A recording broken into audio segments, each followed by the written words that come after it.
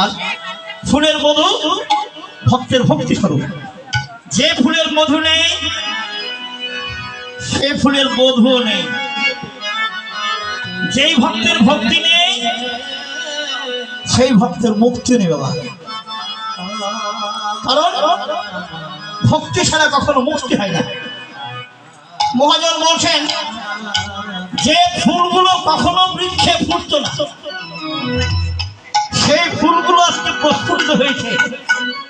কেন এখানে এই কথা বললেন?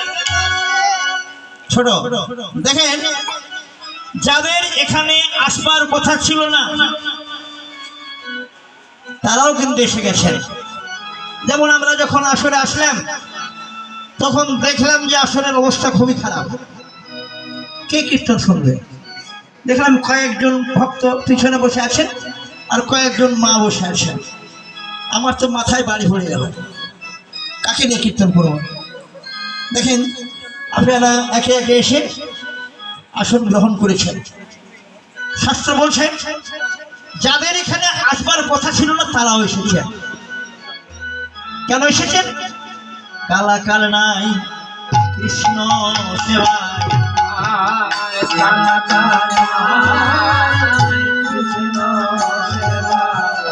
কালা কাল নাই কৃষ্ণ সেবায়,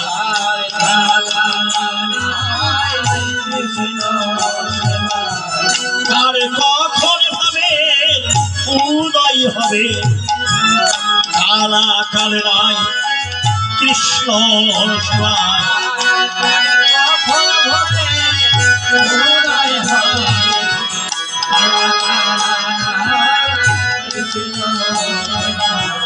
কার কখন হবে উদয় হবে, গোবিন্দের সেবায় লেগে যাবে।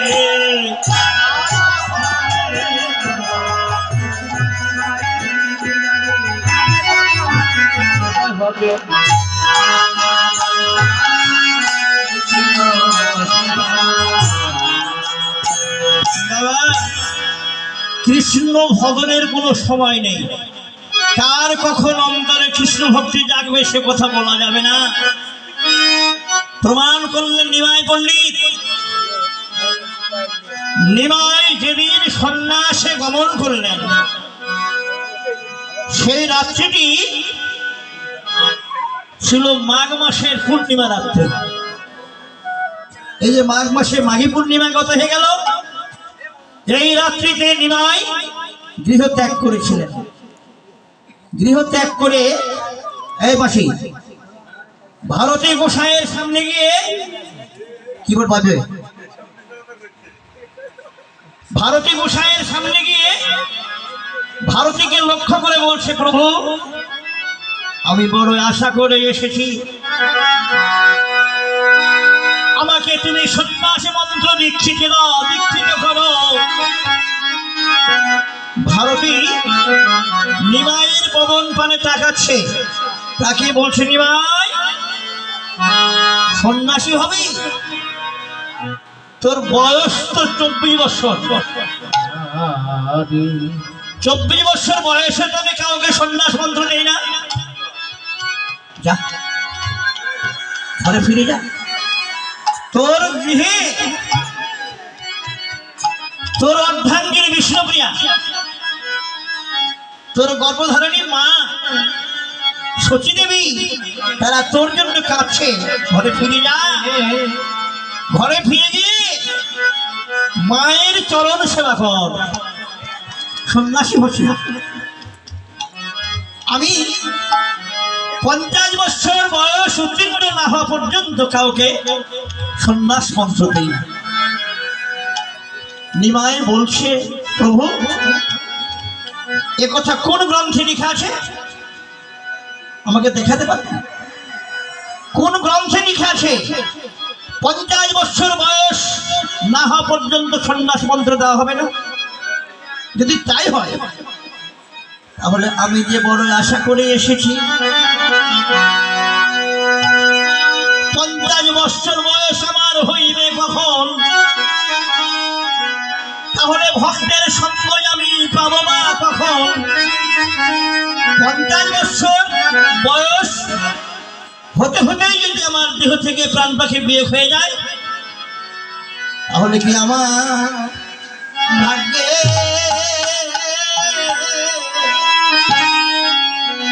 হবে না গো?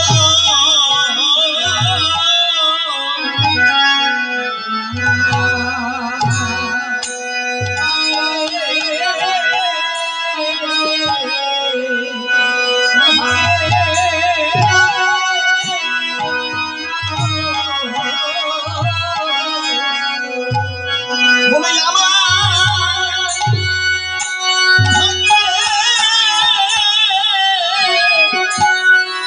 ওরে হবে না গো।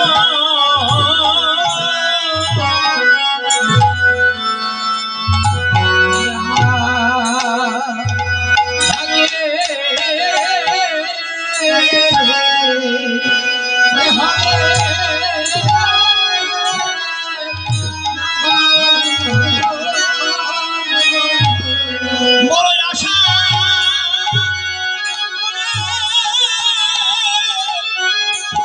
এসেছি আমি,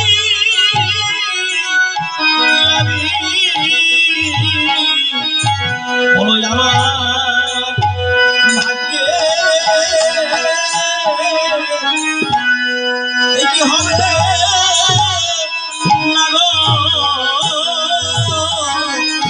বড় আশা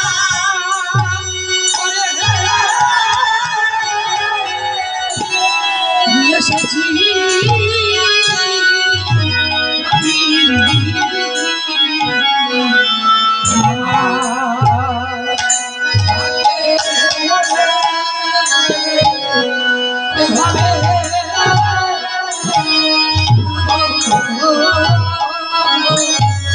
তোমার আর কি হবে এমন জানা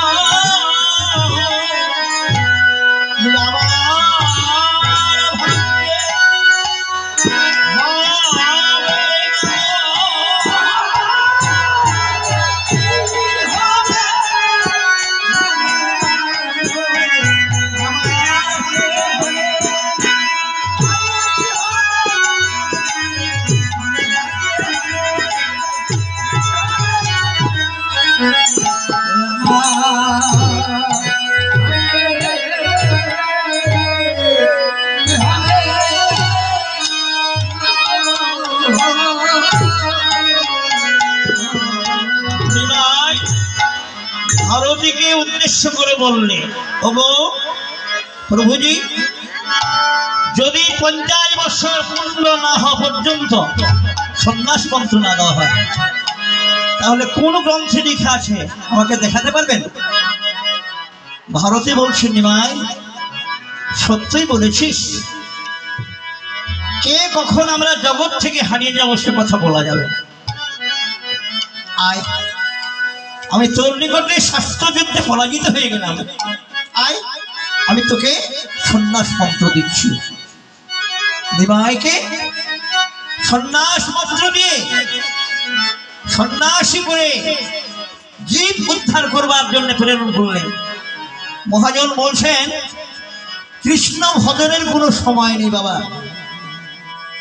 দেখবেন বয়স হয়ে গেছে কিন্তু অন্তরে কৃষ্ণ ভক্তি জাগে না। একটি ছোট্ট শিশু, সেই শিশুটি একজন কৃষ্ণ ভক্ত হতে পারে। তাই মহাজন বলছেন, কৃষ্ণ ভজনে কোনো কালাকাল নেই। এদিকে বালকৃষ্ণ গোপাল সন্ধ্যার সময় মায়ের ঘরে এসে মা সন্ধ্যা আরতি করে নবনীর সেবা দিয়ে বিলাসগঞ্জে ঘুমাবে রেখেছিলেন। এমন সময় গোপাল বিলাসগঞ্জে ঘুমাচ্ছে, এদিকে গগনে পূর্ণিমা চাঁদের আলো কুঞ্জে প্রবেশ করেছে। ভগবান শ্রীকৃষ্ণ ঘুমাতে গিয়ে দেখছেন, হঠাৎ করে ঘুম ভেঙে গেল। তাকে দেখছেন দুই চরণ চাঁদের আলোতে আলোকিত হয়েছে। এমন সময় কৃষ্ণ কুঞ্জের এক পাশে চন্দ্রশালিকার উপরে দণ্ডায়মান হয়েছেন, হয়ে তাকাচ্ছেন। একই গগনে কি চাঁদ উদিত হলো? তাকাচ্ছেন কেমন ভাবে, ভারত রাজি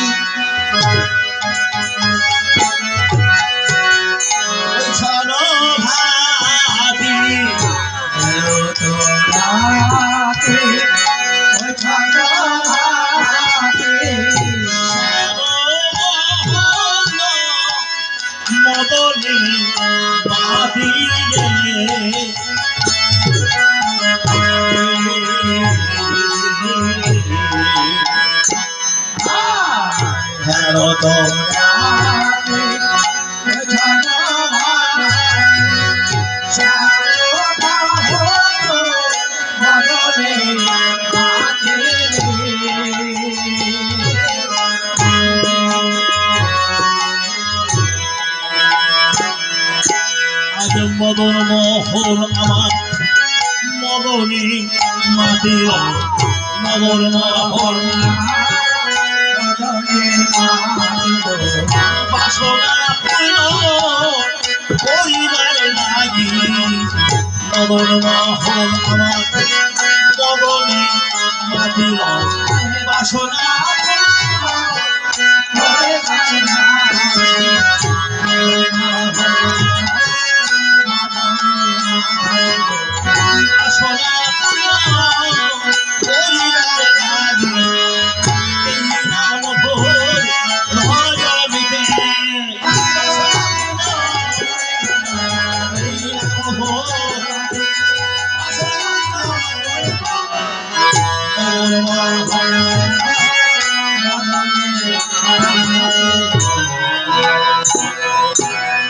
ভগবানের হাতে ছিল 5টি বাণের ভিতরে মোহন বাণ।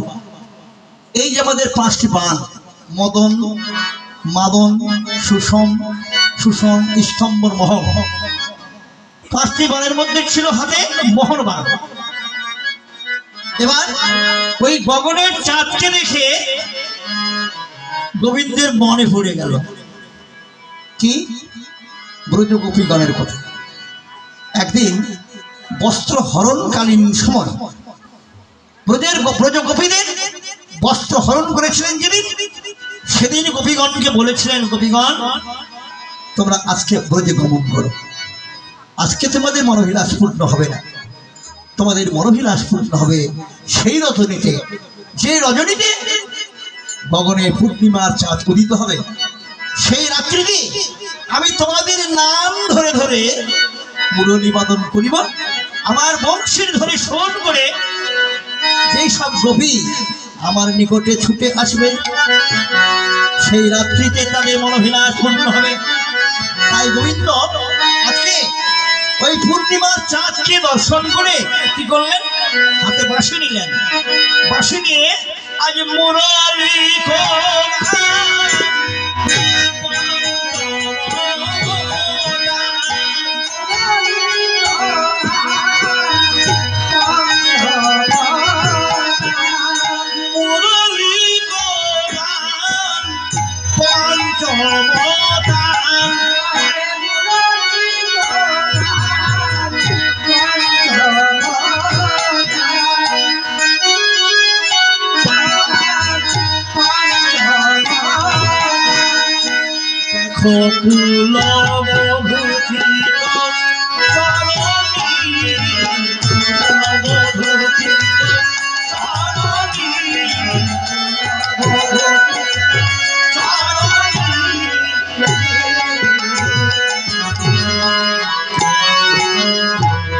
আজ কুলবতী প্রাণ চুরি কাটে, কুলবতী প্রাণ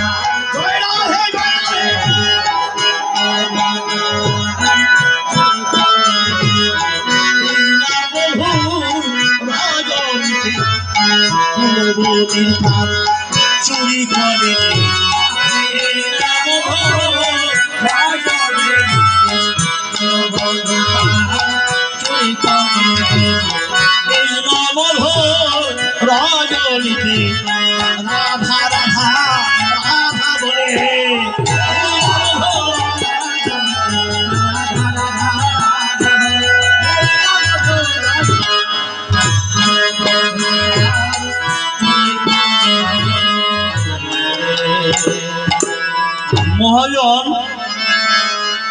বললেন কৃষ্ণের হাতে যে বাঁশিটি, এই বাঁশিটি গোবিন্দ পেলেন কোথায়? বাবা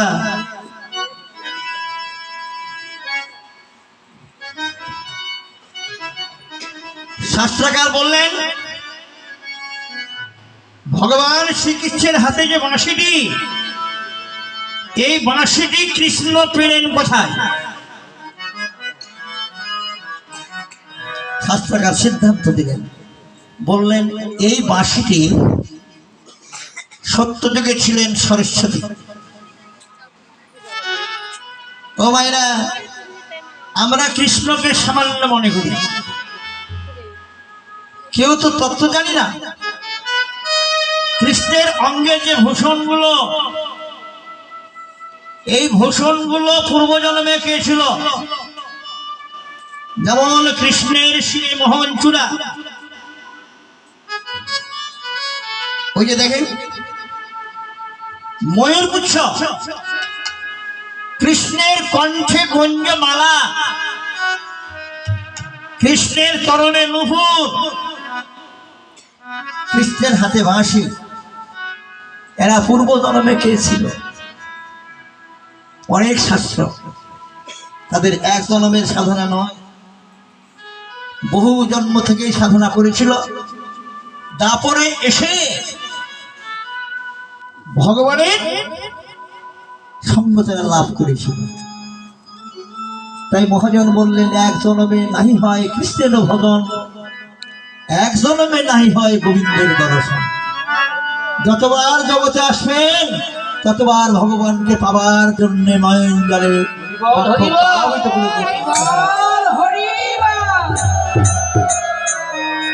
এবার দেখেন তো, আমি শুধু বাঁশির কথাই বলছি, কারণ ওই ভূষণগুলোর সিদ্ধান্ত করতে গেলে আমার অনেক সময় চলে যাবে।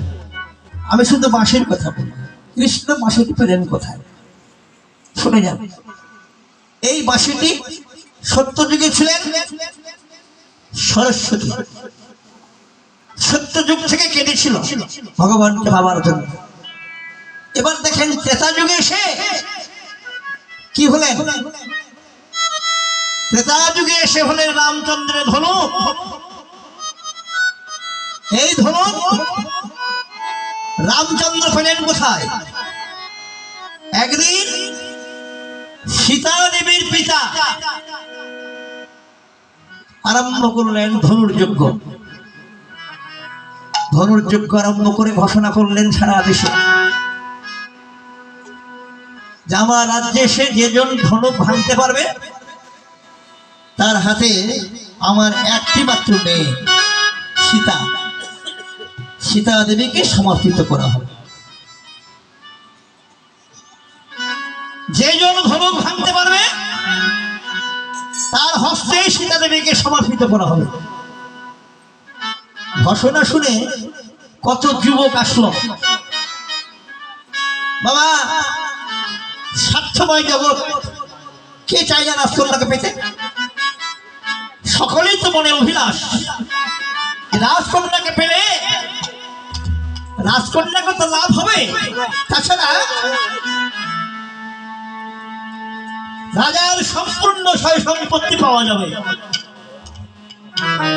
অনেক যুবক এসেছে, ধনুক ভাঙা তো দূরের কথা, ওই ধনুকটি মাটি থেকে তুলতেই পারে না, সঙ্গে সঙ্গে রাজবন্দী হয়ে যায়। কয়দিন বন্দি করে রাখা হয়। এবার রামচন্দ্রের পালা। রামচন্দ্র সংবাদ শুনে এসেছে, এসে দেখছেন ধনুকটি ভুলণ্ঠিতা, মাটিতে পড়ে আছে। রামচন্দ্র এসে বলছে, ওরে ধনু, ধনু তুই যেন আমাকে লজ্জা দিস না, আমাকে যেন অপমান করিস না। ওই ধনুকটি রামচন্দ্র যে ভগবান, ওই ধনুকটি জানে। ধনুকটি বলছে, প্রভু আমি তোমাকে লজ্জা দেব না, তাহলে তুমি আমাকে বাক্য দাও, আমাকে তুমি প্রতিশ্রুতি দাও। আমাকে বাক্য দিলে আমি আপনি আপনি তোমার হাতে উঠে যাব। আমাকে না ভাঙতে আমি ভেঙে দ্বিখণ্ডিত হয়ে যাব। কিন্তু আমার একটি আবেদন, কি তুমি যেন তোমার ছাড়া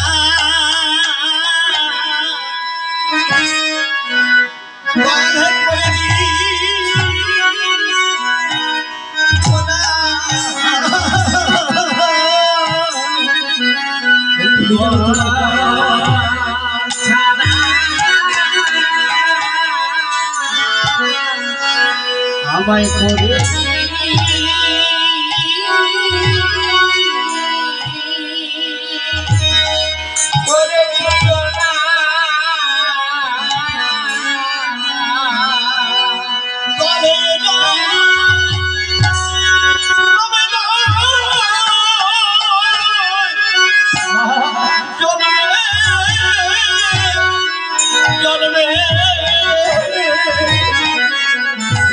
তোমার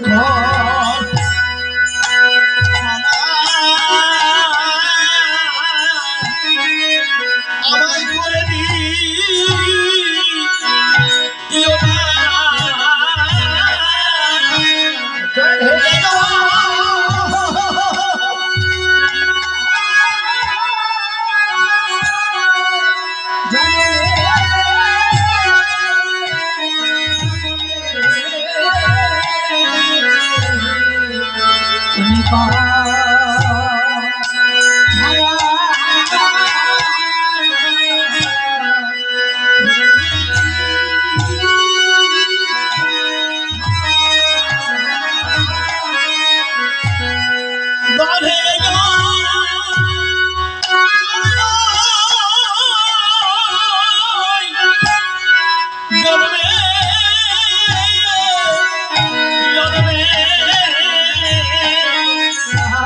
তোমার পরে গেল আশ্রয় পাইলে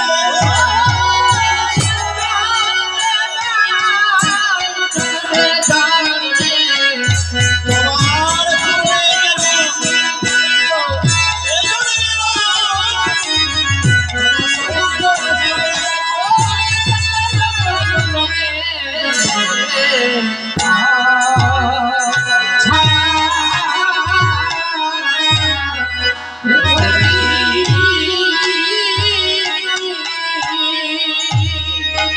পরে গেল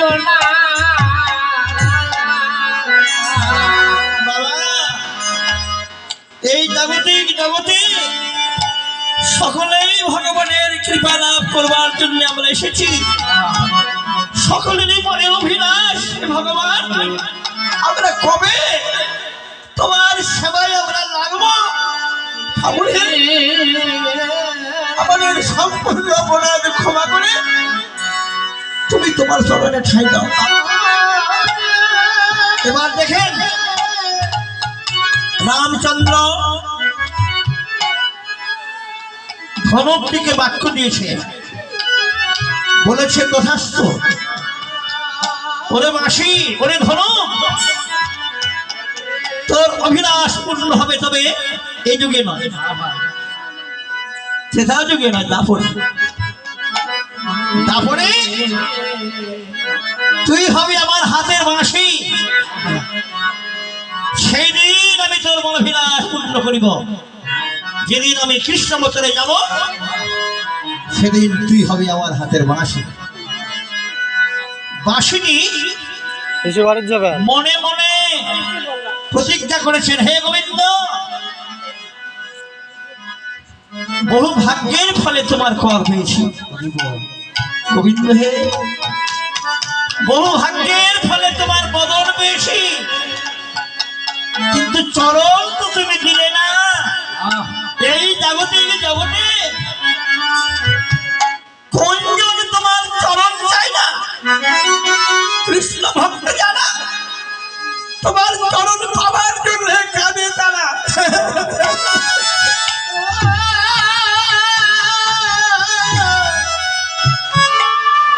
গোবিন্দ হে, যতদিন তুমি আমাকে চরণে আশ্রয় না দেবে ততদিন আমি তোমার বদনে আর বাঁচবো না। বাঁশিটি প্রতিজ্ঞা করেছিল।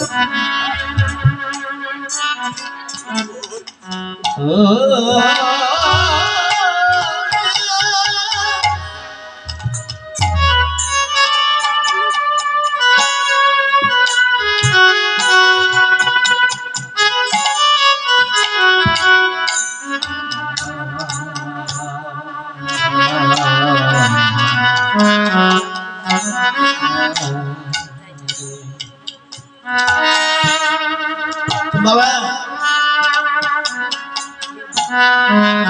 এই গ্রামের যারা কৃষ্ণ ভক্ত তাদেরও বহু অভিলাষ।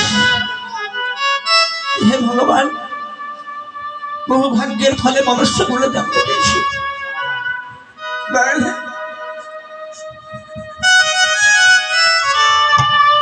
তোমার নিকটে আমাদের আবেদন, যেদিন তখন ছেড়ে চলে যাব সেদিন যেন তোমার চরণে একটু মতি রেখে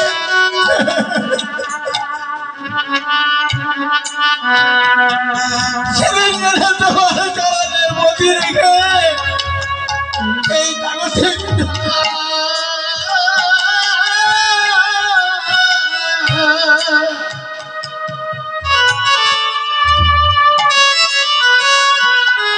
জাগতিক জগৎ থেকে যেতে পারি।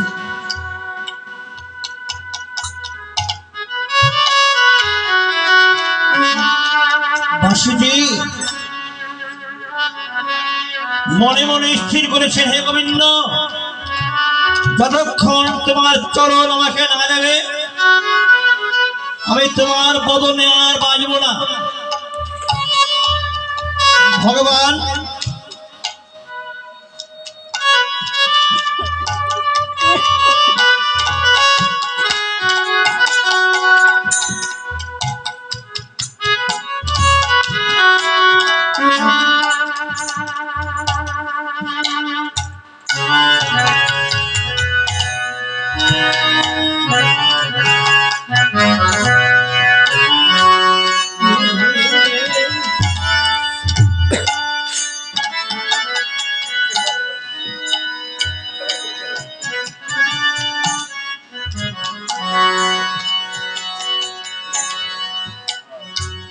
ভগবান বাঁশিটি করেনি, বাঁশিতে ফু দিচ্ছেন। বাঁশি প্রতিজ্ঞা করেছেন যতক্ষণ পর্যন্ত কৃষ্ণ চরণ না দেবে ততক্ষণ পর্যন্ত বাঁশি বাজবে না। কৃষ্ণ বাঁশিটি হাতে নিয়ে বদন স্পর্শ করে ফুৎকার করছেন।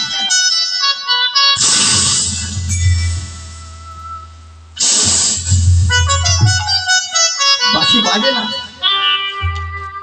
ভগবান বলছেন, বাঁশি বাঁশি তোর কি হলো রে, বাজিস না কেন? বাঁশি মনে মনে প্রতিজ্ঞা করেছে যতক্ষণ পর্যন্ত কৃষ্ণ চরণ না দেবে ততক্ষণ পর্যন্ত বদনে আর ধ্বনিত হবে না। গোবিন্দ বলছে, বাঁশি যদি আমার বদনে ধ্বনিত না করিস আমি তোকে করে রাখবো না। আমি কর থেকে তোকে নিক্ষেপ করবো ভূমিতে।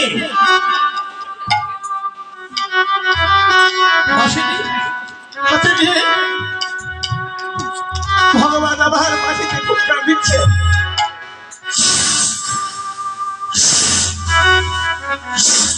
বাঁশি বাজে না।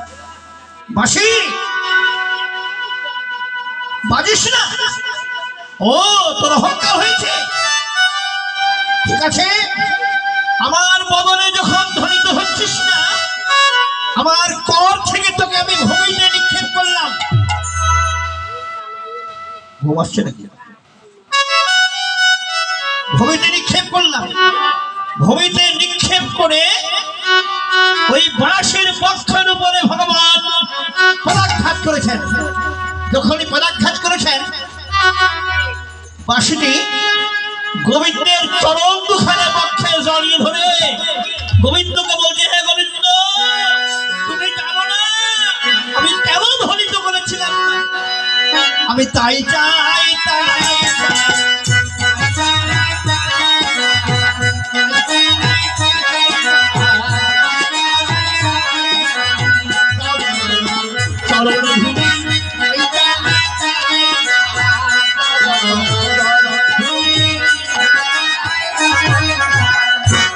তোমার চরণ ভূমি।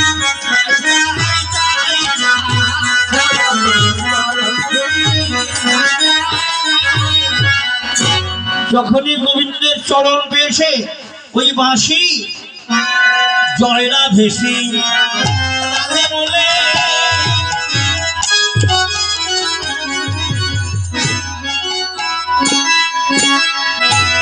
বাঁশি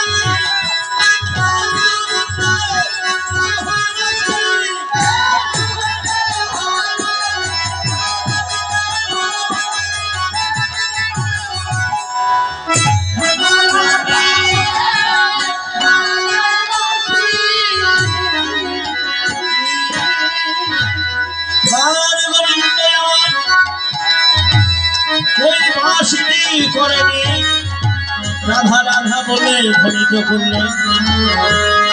এই ধ্বনি শুনল কারা? সনাতন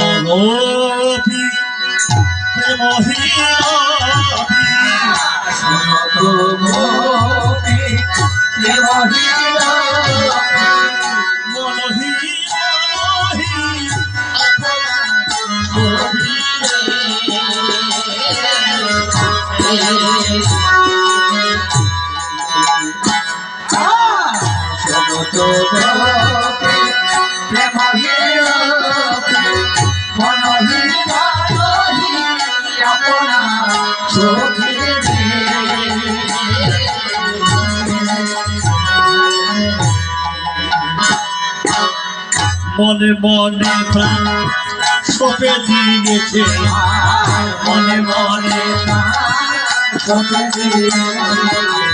মনে মনে প্রাণ সপে দিয়েছে, মনে মনে সপে দিয়েছে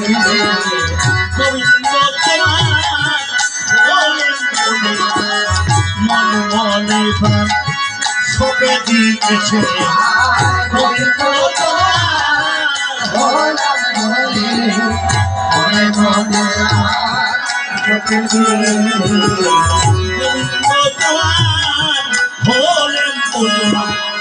তুমি ছাড়া আমাদের সবাই আছে।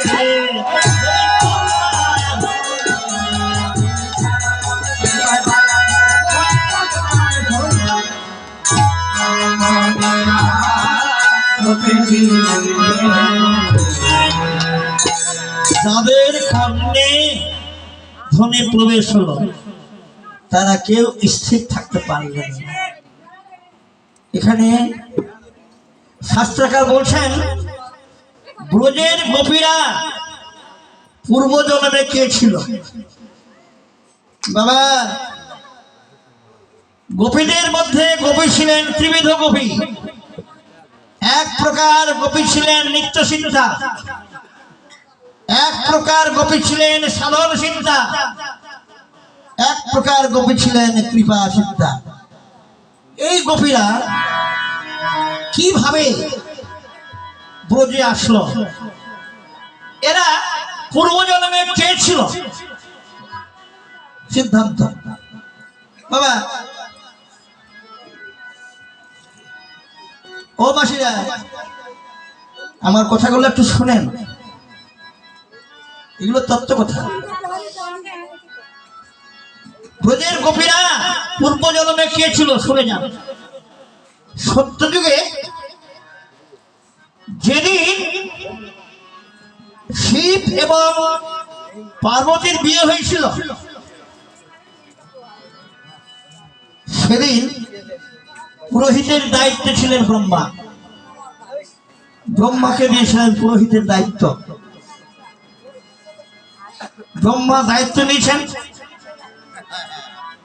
সতীর রূপ লাবণী দেখে ব্রহ্মা চঞ্চল হয়ে পড়লেন। দুর্গার রূপ দর্শন করে ব্রহ্মা স্থির থাকতে পারলেন না। চঞ্চল হয়ে স্থির থাকতে না পেরে বিবাহ বসর ত্যাগ করে বালুর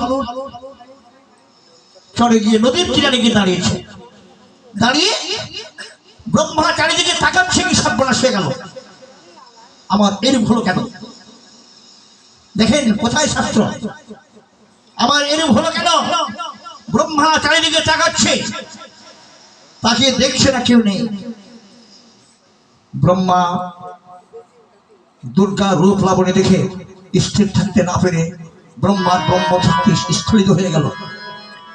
ব্রহ্মা সেখানে দাঁড়িয়ে লজ্জায় কাতর হয়ে বালুকার কণা দিয়ে সেই ব্রহ্মরতি ঢেকে দিলেন। ঢেকে দিয়ে নদীতে স্নান করে ব্রহ্মা চলে যাচ্ছে। এমন সময় ভগবান ব্রহ্মাকে দর্শন করে বলছে, ব্রহ্মা একই সর্বনাশ করলে, একই সর্বনাশ করলে। তুই মনে করছো তোমাকে কেউ দেখেনি? তোমাকে দেখেছি, চলে যাও। তুমি যে ঘটনা ঘটিয়েছ তুমি চলে যাও। তোমার ওই ব্রহ্মরতি দ্বারা আমি ৬০,০০০ মনি ঋষি তৈরি সৃষ্টি করিব। দেখেন কোথা থেকে কি সৃষ্টি হচ্ছে। ভগবান শ্রীকৃষ্ণ ৬০,০০০ মনি ঋষি তৈরি করলেন, সৃষ্টি করলেন। ওই ৬০,০০০ মনি ঋষি ত্রেতা যুগে এসে তারা বানর করে জন্ম নিলেন। বলেন রামচন্দ্রের তারা কি সৈনিক, ওই বানর কপিকুল। ৬০,০০০ বানর রামচন্দ্রের তারা সৈনিক। যেদিন রামচন্দ্র সীতা দেবীকে পঞ্চবটির বনে হারিয়ে রাম এবং লক্ষণ দুই ভাই কেটে কেটে ধুলাই ফেলে ঘোরাঘুরি যাচ্ছিলেন, সেদিন বানরগণ রামচন্দ্রকে কাঁদতে দেখে রামচন্দ্রের নিকটে করজোড়ে নিবেদন করলেন। বললেন, হে ভগবান, তুমি সামান্য বানরের জন্য হে ভগবান, তুমি সামান্য একটি লবণের জন্য কেড়ে কেড়ে বক্ষ প্লাবিত করে দিচ্ছ। কিন্তু ভগবান হে, আমাদের একটি নিবেদন, একটি নারীকে হারিয়ে তোমার অন্তরে এত বিয়োগ ব্যথা, তাহলে তুমি আমাদেরকে নারী কুলে জন্ম দাও, আমাদেরকে নারী কুলে জন্ম দাও, আমরা তোমার নাম ধরে কাঁদব। রামচন্দ্র বানরগণকে বললেন, ঠিক আছে বানরগণ, তোমাদের আশা পূর্ণ হবে, তারপরে তারপরে যেদিন আমি কৃষ্ণ নাম ধারণ করে অবতীর্ণ হবা, সেদিন তোমরা জন্ম নেবে গোপের ঘরে গোপীগুলি। দেখেন গোপীরা কোথেকে আসলো, গোপীগুলি। এবার দেখেন ওই গোপীরা গভীর রাত্রিতে ঘুমন্ত শয্যায় ঘুমিয়েছিলেন, তাদের নাম ধরে ধরে বাঁশি বেজে উঠেছে। তারা কি ঘরে থাকিতে পারে, তারা কি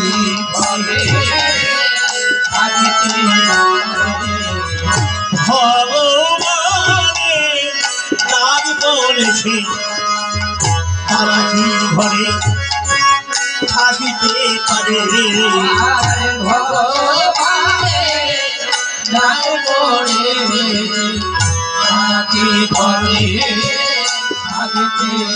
পারে। ভগবানের নাম বলেছে, একে একে তারা ছুটে চলেছে। ভগবানের একে একে তারা ছুটে চলেছে।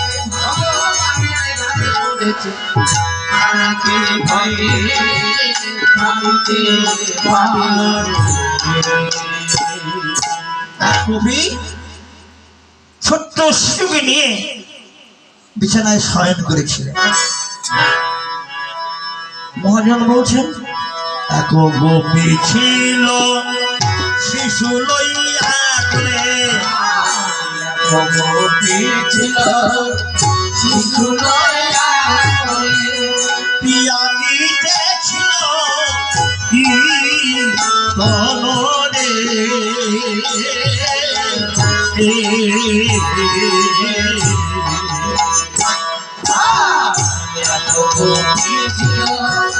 শিশু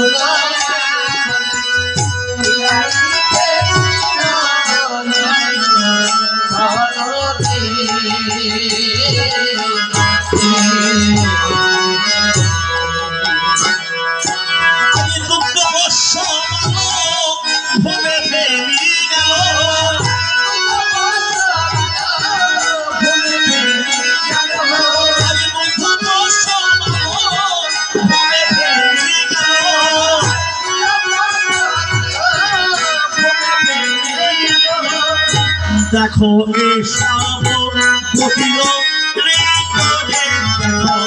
এসব কপিল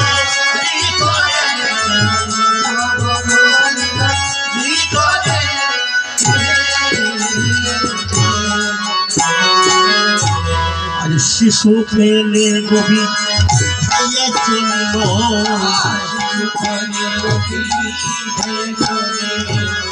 শিশু পেলে গভীর চলিল।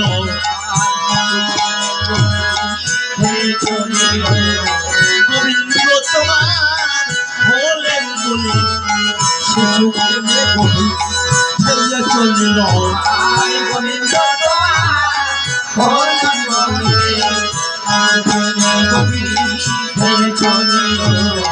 গোবিন্দ তোমার হলেন বলে তুমি ছাড়া বাই আছে।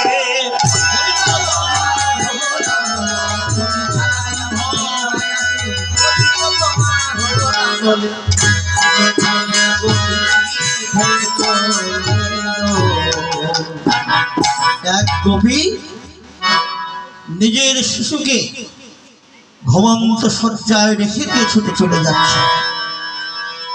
অন্যরা গভীর রাত্রিতে এক গোপী ছিল পতিত শয়নে, গোপী ছিল পতিত শয়নে, এক গোপী ছিল পতিত শয়নে, গোপী ছিল পতিত শয়নে। অমনি বাঁশি লাগিল গানে,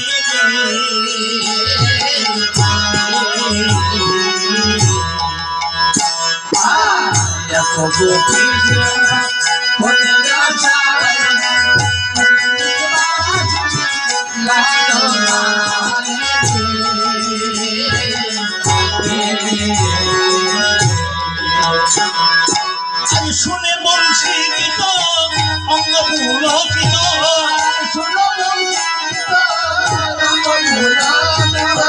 শুনি সীমিত অঙ্গ পুলকিত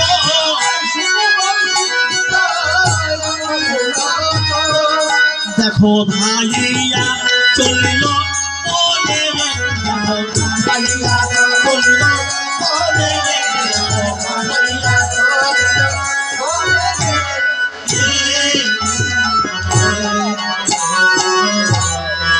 বাবা দেখেন এই জাগতিক জগতে কার কখন ডাক আসবে সে কথা বলা যাবে যখন ভগবানের ডাক পড়ে যাবে ছোট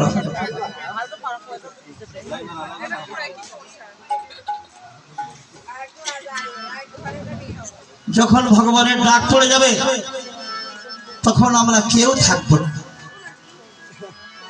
কে আগে যাব কে পরে যাব সেদিন কাউরি সময়ের অপেক্ষা করবে না দেখেন যেমন ব্রজের গোপীরা নিজের সন্তানকে বিঘুমন্ত সজ্জায় রেখে দিয়ে ছুটে চলে যাচ্ছে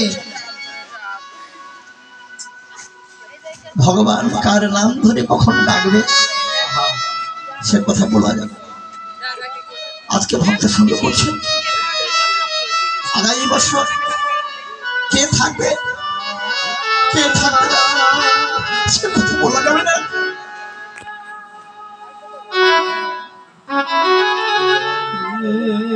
পিতামাতার যাবার পূর্বেই সন্তান চলে যাচ্ছে কেমন ভগবানের খেলা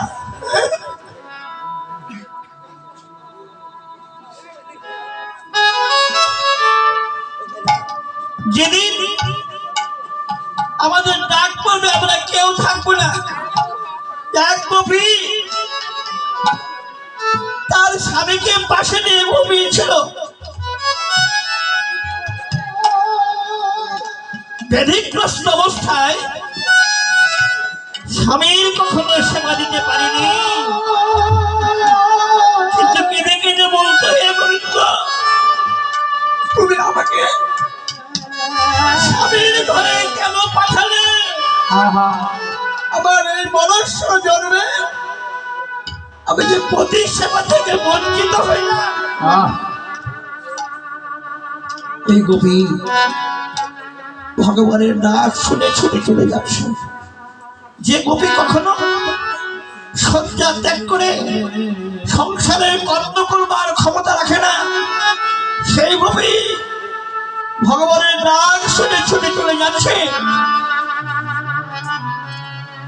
তার প্রতি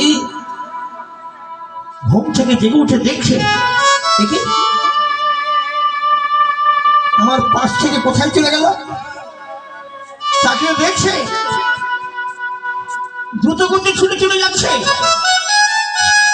তার স্বামী দৌড়ে গিয়ে সামনে দাঁড়িয়েছে দাঁড়িয়ে বলছো গো তুমি নাকি ব্যাধি নিয়ে কোনো কর্ম করতে পারো না কিন্তু এমন ভাবে ছুটে চলে যাচ্ছে কোথায় তার স্বামী ওই গভীর দুই কর চেপে ধরেছে চেপে ধরে টানতে টানতে গৃহে নিয়ে এসেছে গৃহে নিয়ে আসতে ওই গভীর স্বামীকে বলছে গো প্রাণপতি তোমার সংসারে এসে যদি কোনো ভুল করে থাকে যদি কোনো অপরাধ করে থাকে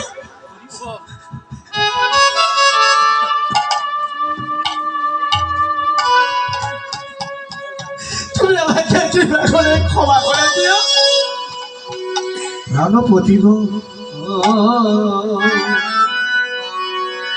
আমাকে ডাক দিয়েছে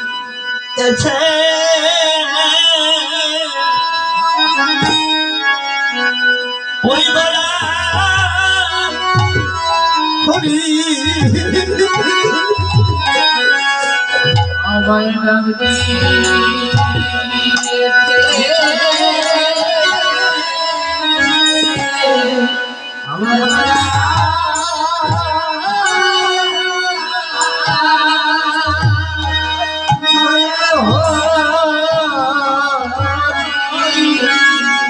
আমার ছেড়ে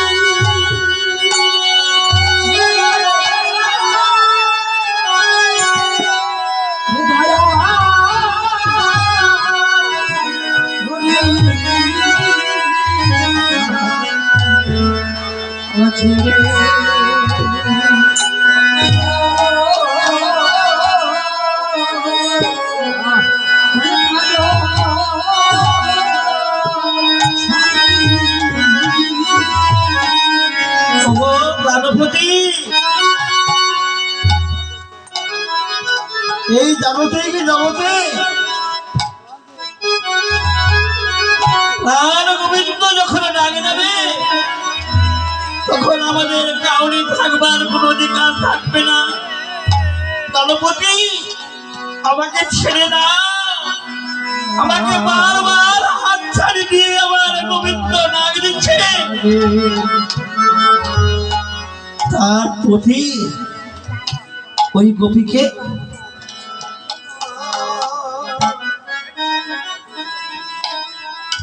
বক্ষে জড়িয়ে ধরেছে।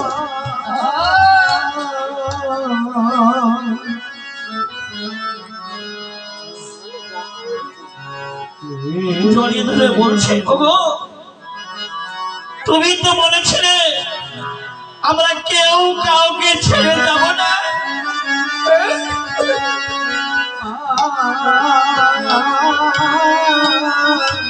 ওগো তুমি যদি আমাকে ছেড়ে চলে যাও তাহলে বলো আমার গতি। বলো কি বাবা,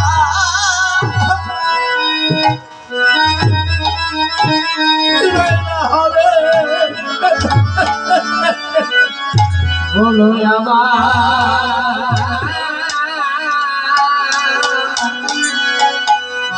কিবা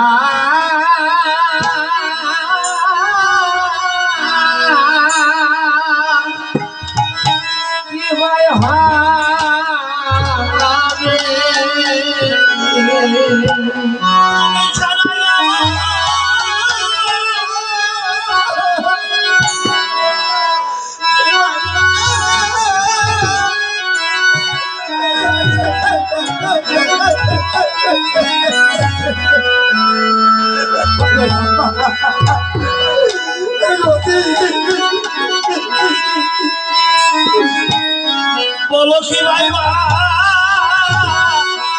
হবে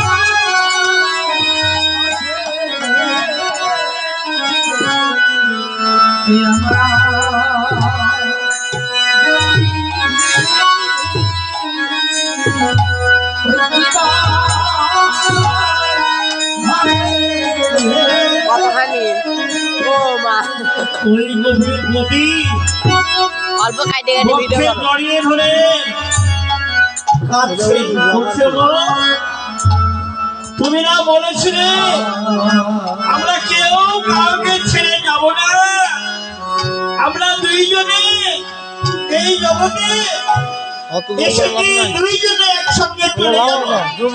তুমি আমাকে ছেড়ে যদি চলে যাও তাহলে আমার গতি কি হবে বলো, আমাকে কে দেবে?"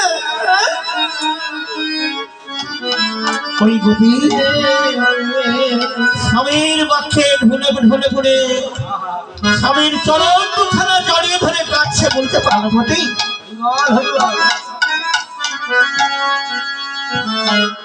যদি কোনদিন কোন অন্যায় কথা বলে থাকি তুমি আমাকে ক্ষমা করে দিও।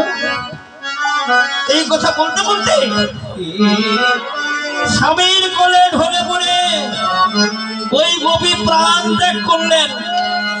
তার স্বামী ওই মৃত দেহটি বক্ষে জড়িয়ে ধরে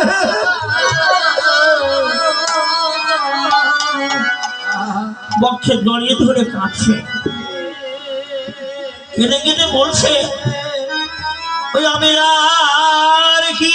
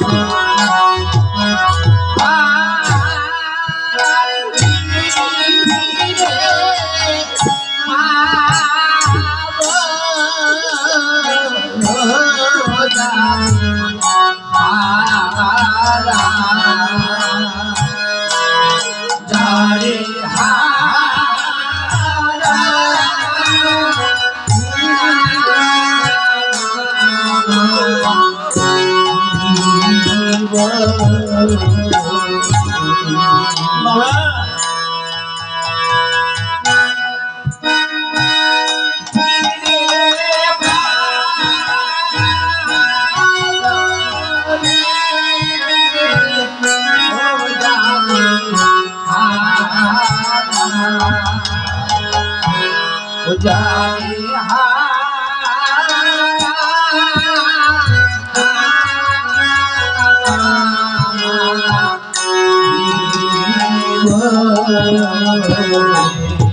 এই জাগতিক জগতে আমরা কেউ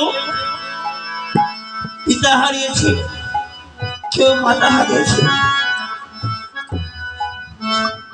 কেউ সন্তান হারিয়েছি,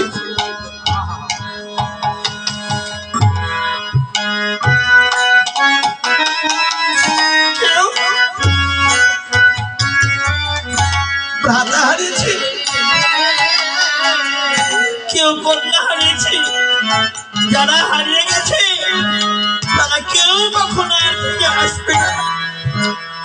ওই গোপীর স্বামী গোপীর মৃত দেহটি বক্ষে জড়িয়ে ধরে কাঁদছে।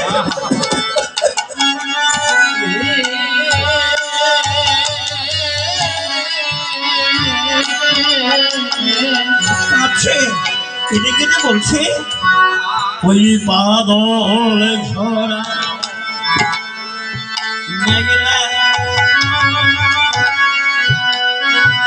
মেঘে ঢাকা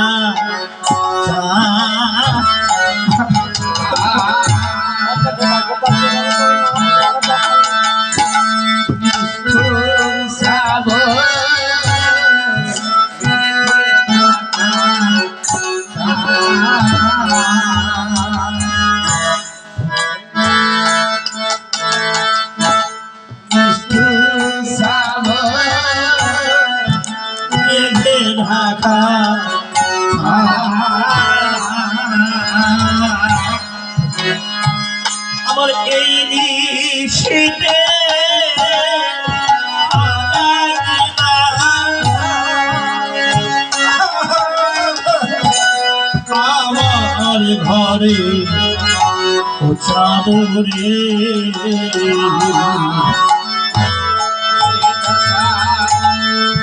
নিষ্ঠুর সাগর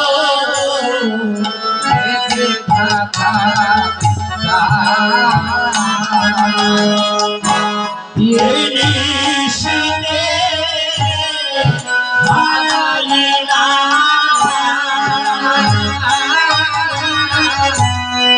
আমার ঘরে চাদরে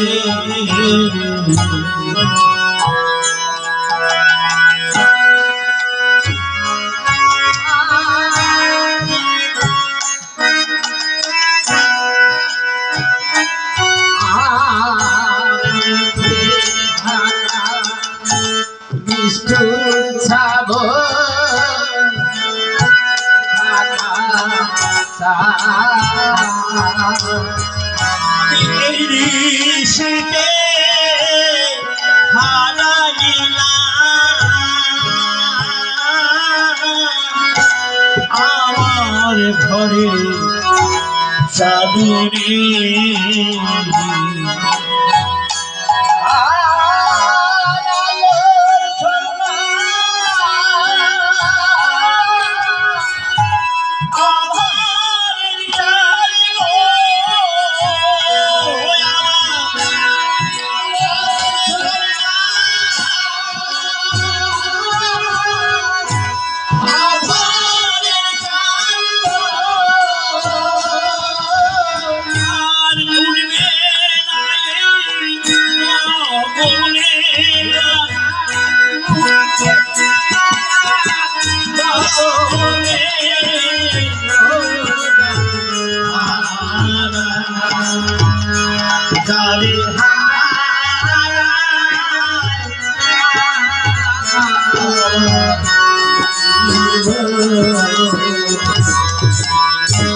ওই গোপী স্বামীর বক্ষের উপরে প্রাণ ত্যাগ করলেন।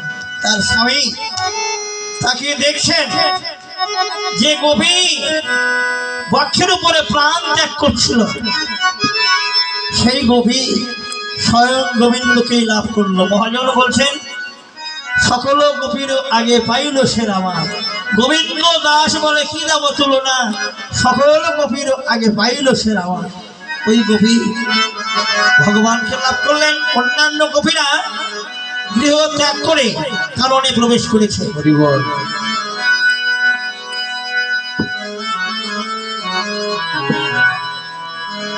কাননে প্রবেশ করে গোবিন্দের দেখা পেয়েছে। আজ বিপিনে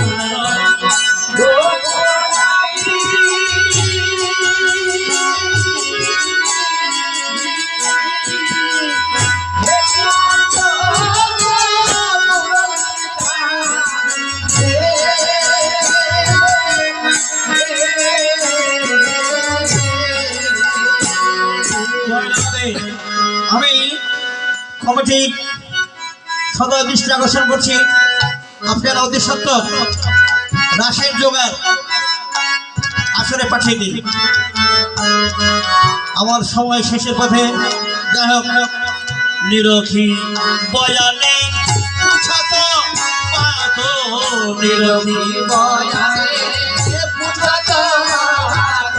তিনি মন্দিরের দায়িত্বে আসেন। অতি সত্য রাসের সামগ্রী আসরে পাঠিয়ে দিন। নিরখি বয়ানে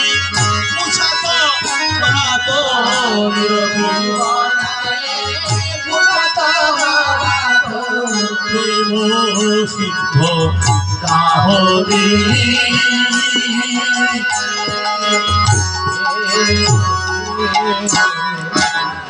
গভীর কারণে ব্রজের গোপীগণ প্রবেশ করেছেন।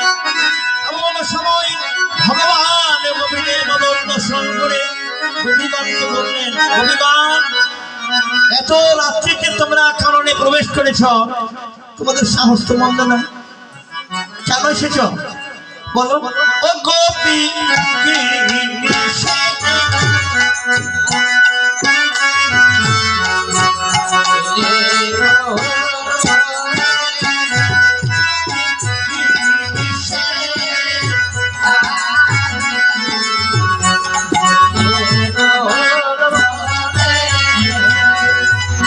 যাহো যাহো যাহো ঘরে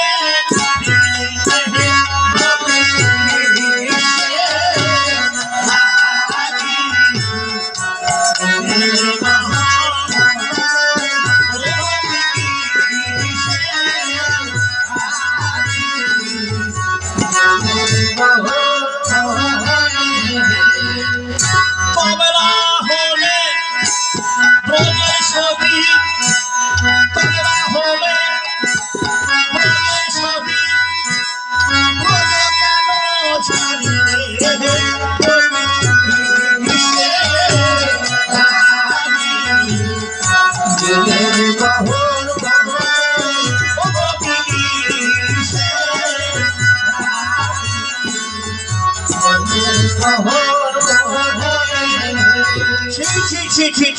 আমি তোমাদের কাণ্ড দেখে লজ্জায় বলে যাচ্ছি। হ্যাঁ, গৃহে তোমাদের স্বামী আছে, স্বামী ত্যাগ করে তোমরা গভীর কারণে প্রবেশ করেছ। গোপীগণ, তোমরা কি আমাকে চেনো?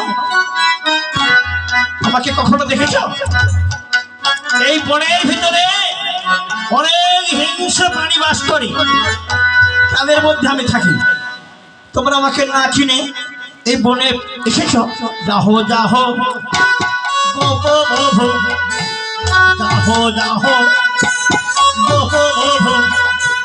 যাহো ঘরে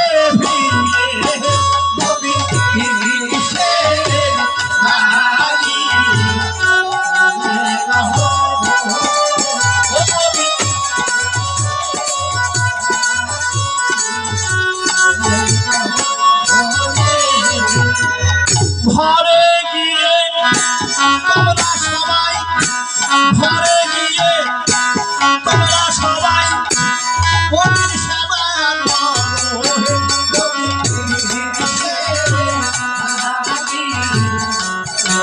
করো।